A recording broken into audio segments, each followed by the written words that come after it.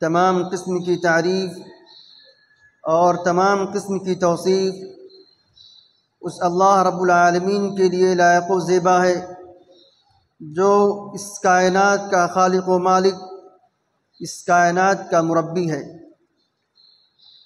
بعدہ درود و سلام ہو تمام انبیاء کرام پر، بالخصوص ہمارے آخری نبی جناب محمد الرسول اللہ صلی اللہ علیہ وسلم پر۔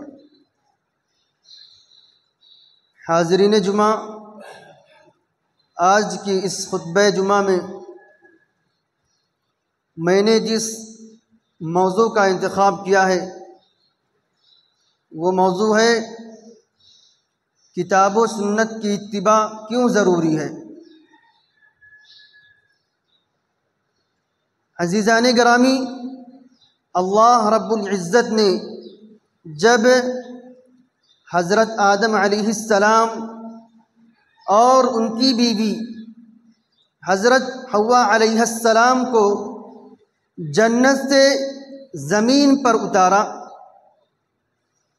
تو اللہ رب العزت نے ان کے لیے اور قیامت تک آنے والے ان کی اولاد کے لیے ایک نظام زندگی متعین کر دیا اور یہ فیصلہ کر دیا کہ جو اس وضع کردہ نظام کی پابندی کرے گا وہ کامیاب اور کامران ہوگا، لیکن جو اس کی مخالفت میں آ جائے گا، اس کی خلاف ورزی کرے گا، اس کے وضع کردہ نظام کی پابندی نہیں کرے گا تو اللہ رب العالمین نے کہا کہ ایسا شخص جہنمی ہے، ایسا شخص جہنم میں جائے گا۔ اللہ رب العالمین کا فرمان ہے فَإِمَّا يَأْتِيَنَّكُم مِّنِّي هُدًى فَمَن تَبِعَ هُدَايَ فَلَا خَوْفٌ عَلَيْهِمْ وَلَا هُمْ يَحْزَنُونَ وَالَّذِينَ كَفَرُوا وَكَذَّبُوا بِآيَاتِنَا أُولَٰئِكَ أَصْحَابُ النَّارِ هُمْ فِيهَا خَالِدُونَ۔ اللہ رب العزت کہہ رہا ہے کہ جب ہماری طرف سے تمہاری پاس ہدایت آ جائے اور جو شخص فمن تبع ہدایا، جو شخص میری ہدایت کی اتباع کرے گا، میری ہدایت کی پیروی کرے گا تو اللہ رب العالمین کہتا ہے کہ ایسے شخص، ایسے لوگ قیامت کے دن خوف زدہ نہیں ہوں گے، غمگین نہیں ہوں گے۔ لیکن اس کے برعکس والذین کفروا وکذبوا بآیاتنا اولئک اصحاب النار، لیکن جن لوگوں نے کفر کیا، انکار کیا اور ہماری آیتوں کو جھٹلایا تو اللہ رب العالمین کہہ رہا ہے ایسے لوگ جہنمی ہے جس کے اندر وہ ہمیشہ ہمیشہ رہیں گے۔ دوسرے مقام پر اللہ رب العالمین کا ارشاد ہے کہ فَإِمَّا يَأْتِيَنَّكُم مِّنِّي هُدًى فَمَنِ اتَّبَعَ هُدَايَ فَلَا يَضِلُّ وَلَا يَشْقَىٰ وَمَنْ أَعْرَضَ عَن ذِكْرِي فَإِنَّ لَهُ مَعِيشَةً ضَنكًا۔ اللہ رب العالمین کہہ رہا ہے کہ جب ہماری طرف سے تمہارے پاس ہدایت آ جائے اور جو شخص ہماری ہدایت کی اتباع کرے گا تو اللہ رب العالمین کہتا ہے فلا یضل ولا یشقی، ایسا شخص کبھی گمراہ نہیں ہوگا، ایسا شخص بدبخت نہیں ہوگا۔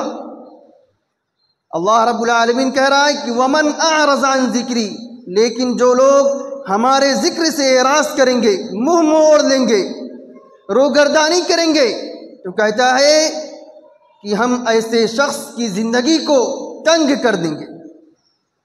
وَنَحْشُرُهُ يَوْمَ الْقِيَامَةِ أَعْمَى، اور ایسے آدمی کو ہم قیامت کے دن اندھا بنا کر اٹھائیں گے۔ قَالَ كَذَلِكَ أَتَتْكَ آيَاتُنَا فَنَسِيتَهَا، وہ آدمی کہے گا کہ اے اللہ رب العالمین، میں تو دنیا کے اندر صاحب بصیرت تھا، دیکھنے والا تھا، میرے پاس آنکھیں تھی، تو نے مجھے اندھا کیوں بنا کر اٹھایا ہے؟ تو اللہ رب العالمین کہے گا کہ تمہارے پاس ہمارا دین آیا، تم نے اس سے روگردانی کی، لہٰذا آج تمہیں اسی وجہ سے اندھا بنا کر اٹھایا گیا۔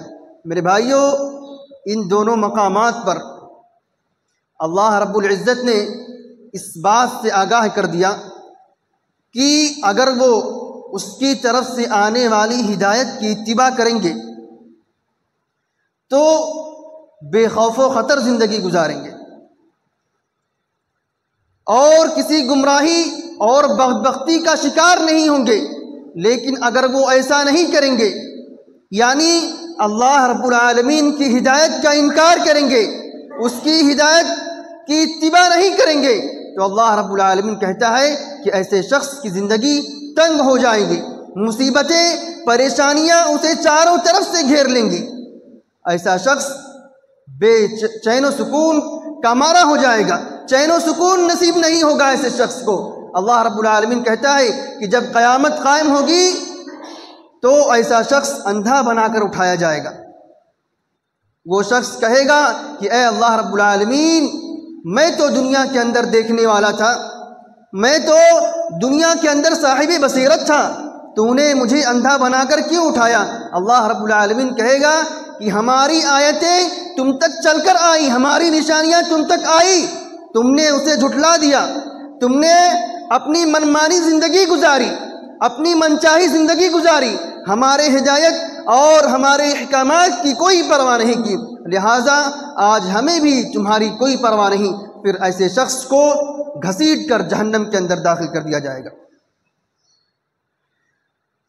محترم سامعین، اب سوال یہ پیدا ہوتا ہے کہ آخر وہ ہدایت کون سی ہے؟ وہ ہدایت کون سی ہے جس کی ہمیں پیروی کرنی ہے، جس کی ہمیں اتباع کرنی ہے؟ آئیے اس کا جواب ہم قرآن مجید سے ڈھونڈتے ہیں۔ اللہ رب العالمین کا فرمان الف لام میم ذالک الکتاب لا ریب فیہ ھدی للمتقین۔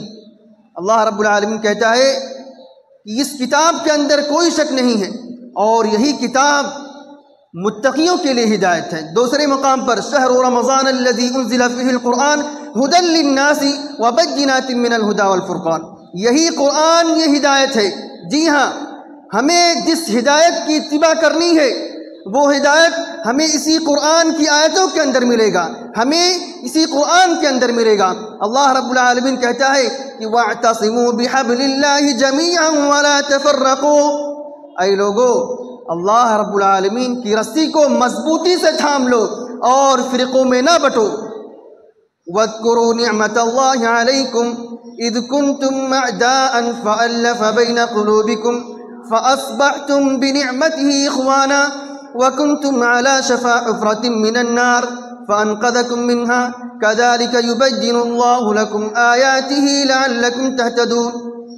کہا کہ لوگوں، اپنے اوپر ہماری ان نعمتوں کو یاد کرو کہ جب تم آپس میں ایک دوسرے کے دشمن تھے تو ہم نے تمہارے دل کے اندر محبت پیدا کر دی، تمہارے دل کے اندر الفت ڈال دی، جس کی بنا پر تم آپس میں بھائی بھائی ہو گئے اور تم جہنم کے گڑھے کے کنارے پہنچ چکے تھے۔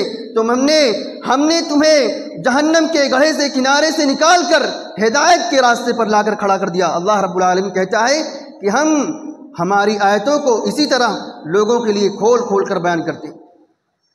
اس آیت کریمہ کے اندر اللہ رب العزت نے مومنوں کو یہ حکم دیا ہے کہ وہ اللہ کی رسی کو مضبوطی سے تھام لیں اور فرقوں میں تقسیم نہ ہو۔ اس آیت کے اخیر میں اللہ رب العالمین کہتا ہے کہ ہم نے ہماری آیتوں کو تمہارے لیے کھول کھول کر بیان کی۔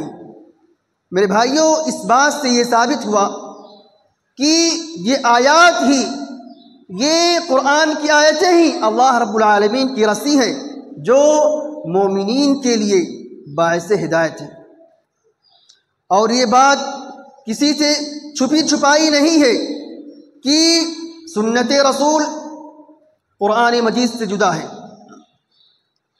قرآن مجید کو سنت رسول کے بغیر نہیں سمجھا جا سکتا۔ جی ہاں، اللہ رب العزت قرآن مجید کے اندر واضح فرمان ہے کہ وَمَا آتَاكُمُ الرَّسُولُ فَخُذُوهُ وَمَا نَهَاكُمْ عَنْهُ فَانْتَهُوا۔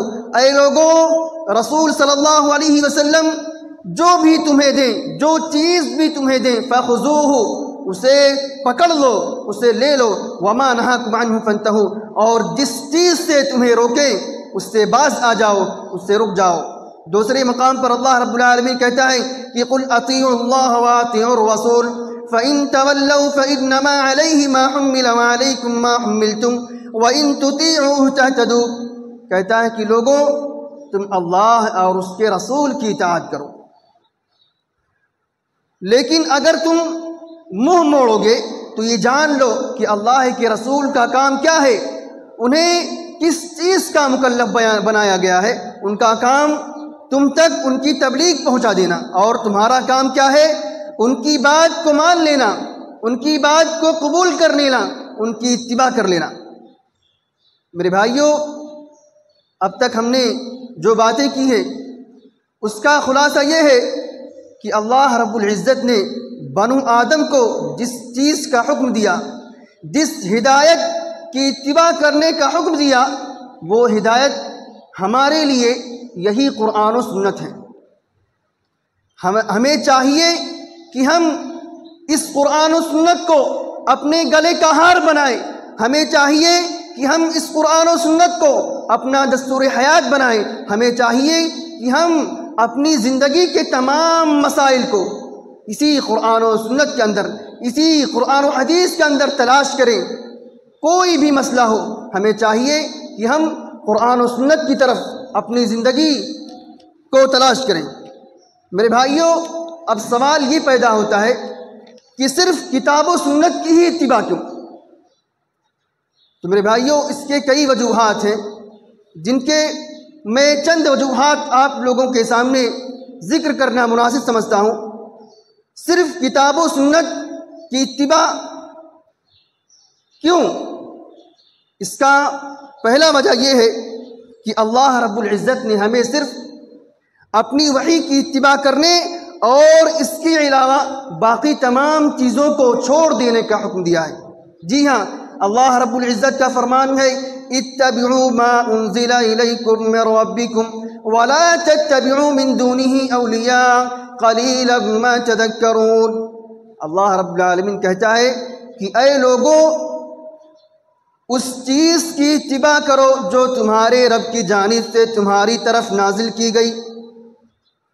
وَلَا تَتَّبِعُوا مِن دُونِهِ أَوْلِيَاءَ، اور اس کو چھوڑ کر کسی کو دوست بنا کر اس کی اتباع نہ کرنا۔ میرے بھائیوں، ہماری جانب کون سی چیز نازل کی گئی ہے؟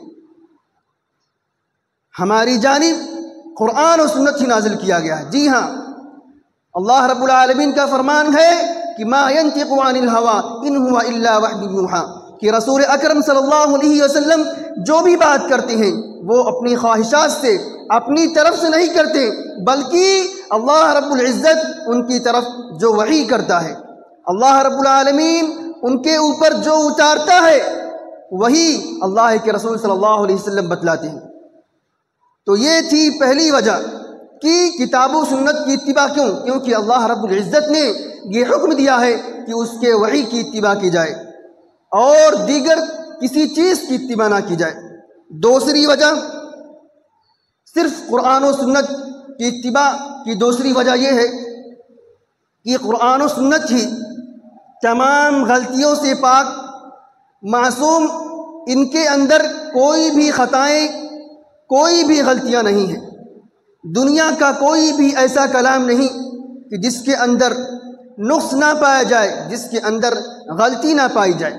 جی ہاں، اللہ رب العالمین کا فرمان ہے، حضرت عبداللہ بن عمرو بن عاص رضی اللہ تعالیٰ عنہ بیان کرتے ہیں کہ میں اللہ کے رسول جناب محمد الرسول اللہ صلی اللہ علیہ وسلم سے جو بھی بات سنتا اسے نوٹ کر لیتا تھا، اسے لکھ لیتا تھا تاکہ میں اسے یاد کر سکوں، اسے حفظ کر سکوں۔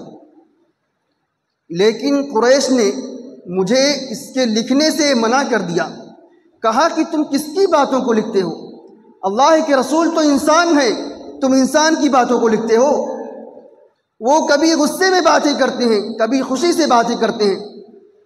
چنانچہ حضرت عبداللہ بن عمرو بن عاص کہتے ہیں کہ میں نے لکھنا بند کر دیا، لیکن اللہ کے رسول جناب محمد رسول اللہ صلی اللہ علیہ وسلم کی خدمت میں حاضر ہو کر کہا کہ اے اللہ کے رسول، ایسا ایسا معاملہ ہے، قریش نے مجھے آپ کی باتوں کو لکھنے سے منع کر دیا ہے اللہ کے رسول جناب محمد الرسول اللہ صلی اللہ علیہ وسلم نے اپنے انگشت مبارک سے اپنی انگلی سے اپنے منہ کی طرف اشارہ کرتے ہوئے کہا کہ اکتب فوالذی نفسی بیدہ لا یخرج منہ الا حق. کہا کہ اے عبداللہ بن عمرو بن عاص تم لکھتے جاؤ، کیونکہ قسم ہے اس ذات کی جس کے ہاتھ میں میری جان ہے، اس منہ سے کوئی بھی غیر چیز نہیں نکلتی سوائے اس کے صرف حق ہی نکلتا ہے. لا یخرج منہ الا حق، اس منہ سے صرف حق بات ہی نکلتی ہے. لہٰذا تم ان کو نوٹ کرتے جاؤ، لکھتے جاؤ اور یاد کرتے جاؤ. میرے بھائیوں، یہ تھی دوسری وجہ کہ صرف کتاب و سنت کی اتباع کیوں. یہی تھی دوسری وجہ، کیونکہ قرآن و سنت ہی تمام غلطیوں سے پاک ہے.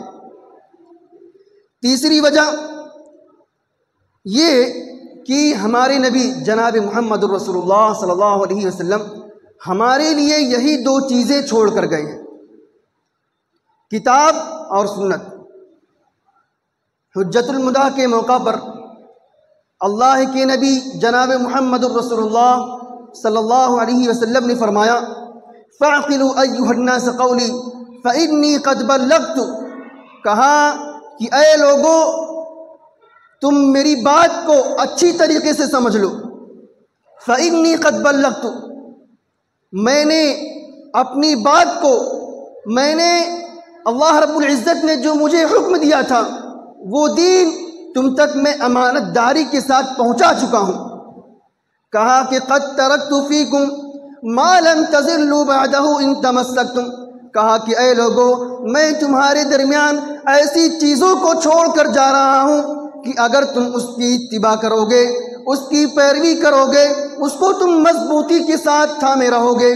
کہا کہ لن تضلوا، تو تم ہرگز گمراہ نہیں ہوگے. اللہ کے نبی جناب محمد رسول اللہ صلی اللہ علیہ وسلم نے کہا کہ وہ چیز کتاب اللہ و سنت رسول ہی، اللہ کی کتاب ہے اور رسول کی سنت ہے.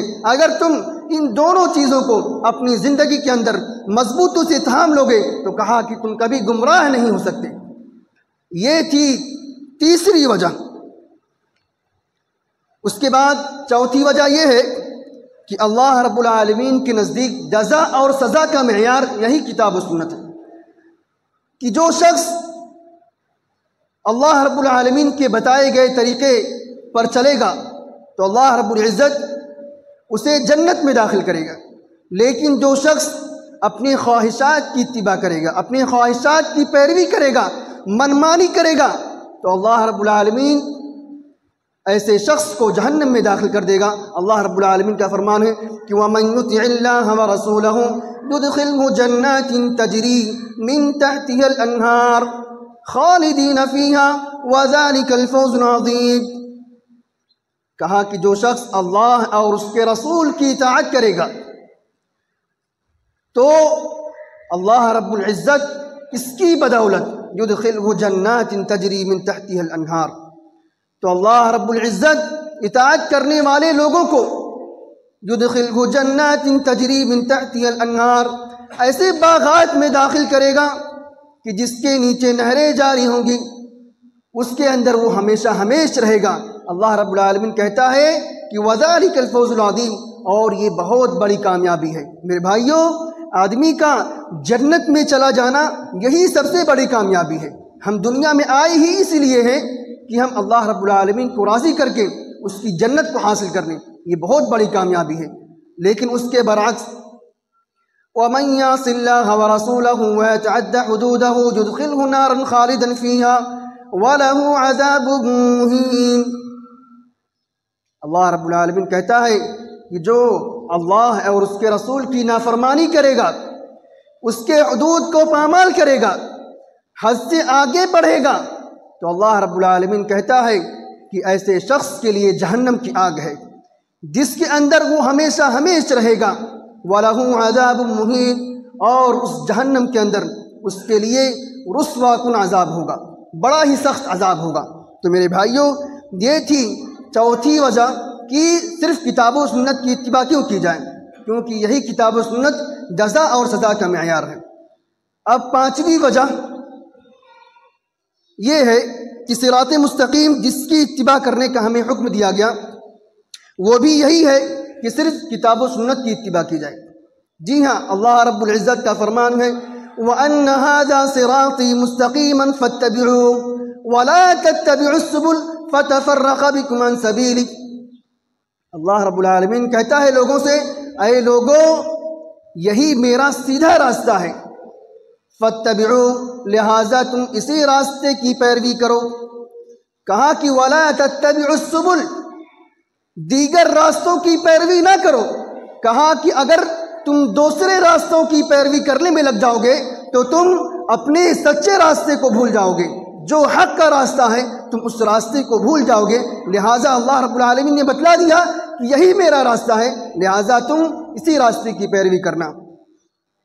حضرت عبداللہ بن مسعود رضی اللہ تعالی عنہ بیان کرتے ہیں، کہتے ہیں کہ ایک مرتبہ اللہ کے نبی جناب محمد الرسول اللہ صلی اللہ علیہ وسلم نے ایک سیدھی لکیر کھینچی اور اس کے دائیں بائیں اور بھی کئی لکیریں کھینچی۔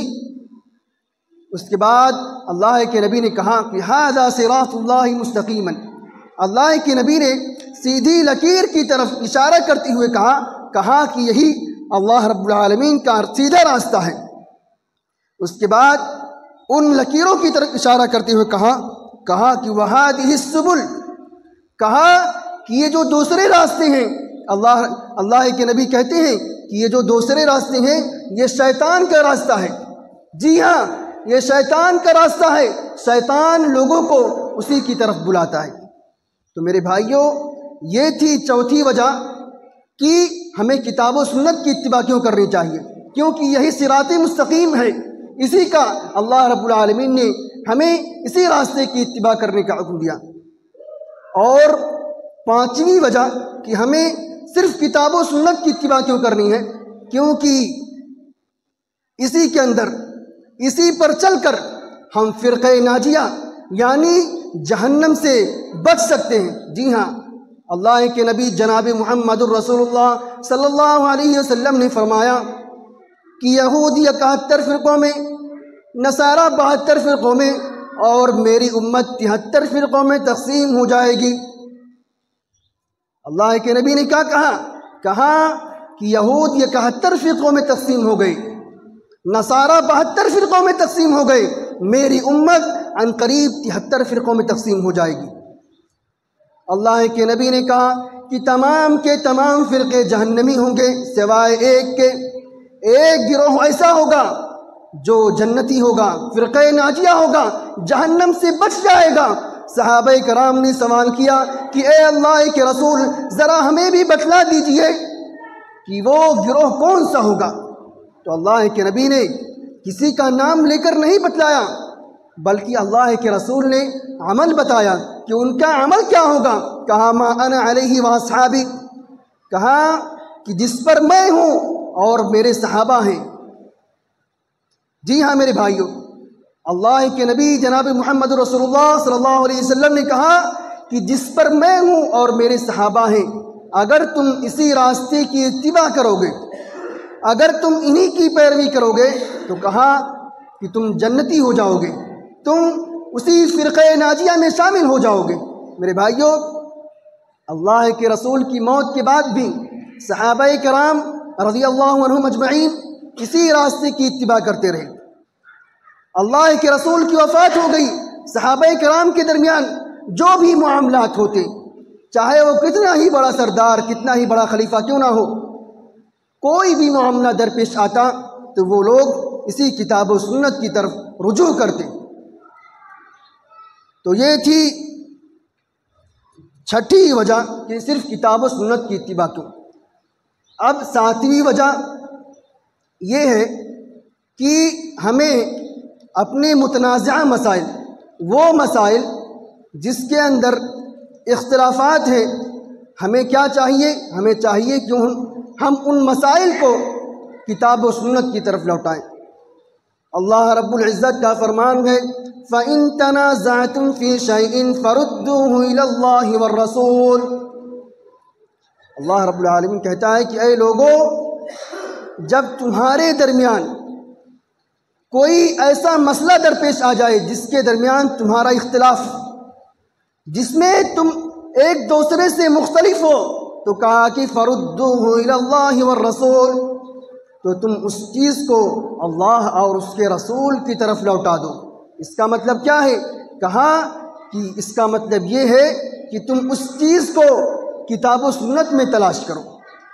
تیسری کوئی چیز اللہ کے نبی جناب محمد رسول اللہ صلی اللہ علیہ وسلم نے نہیں بتائی، بلکہ یہی کہا کہ اس کو فردوہ الی اللہ والرسول، اللہ اور اس کے رسول کے فیصلے کی طرف اسے لوٹا دو۔ یعنی کتاب و سنت کے اندر اس مسئلے کا حل ڈھونڈو۔